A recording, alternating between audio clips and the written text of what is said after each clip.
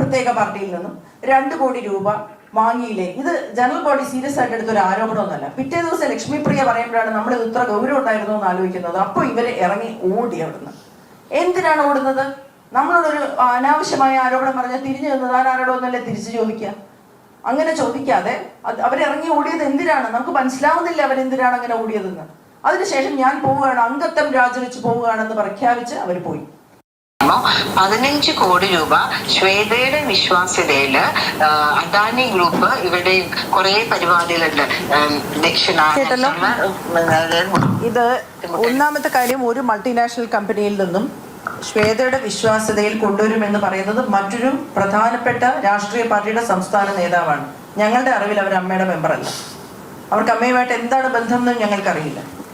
ഞങ്ങൾക്ക് മൾട്ടിനാഷണൽ കമ്പനിയുടെ 15 കോടി രൂപ ആവശ്യമില്ല എന്നതാണ് ഞങ്ങളുടെ പ്രധാനപ്പെട്ട ഒരു കാര്യം. സംസ്ഥാന നേതാവാണ്, മുൻ കൗൺസിലറാണ് ശ്രീമതി പത്മജ എന്നാണ് ഞാൻ മനസ്സിലാക്കുന്നത്. അപ്പൊ ഇവര് എങ്ങനെയാണ് ഈ വിഷയം സംസാരിക്കുന്നത്? ഇവര് അമ്മയുടെ നേതാവാണോ?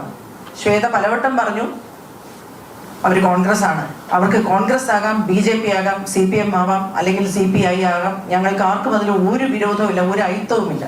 പക്ഷേ ഇവിടെ ഇതിൻ്റെ അജണ്ടകൾ നടപ്പിലാക്കാൻ ശ്രമിക്കുമ്പോൾ അത് ഞങ്ങൾ എതിർക്കും. അത് ചോദ്യം ചെയ്യുന്ന ഒരാൾ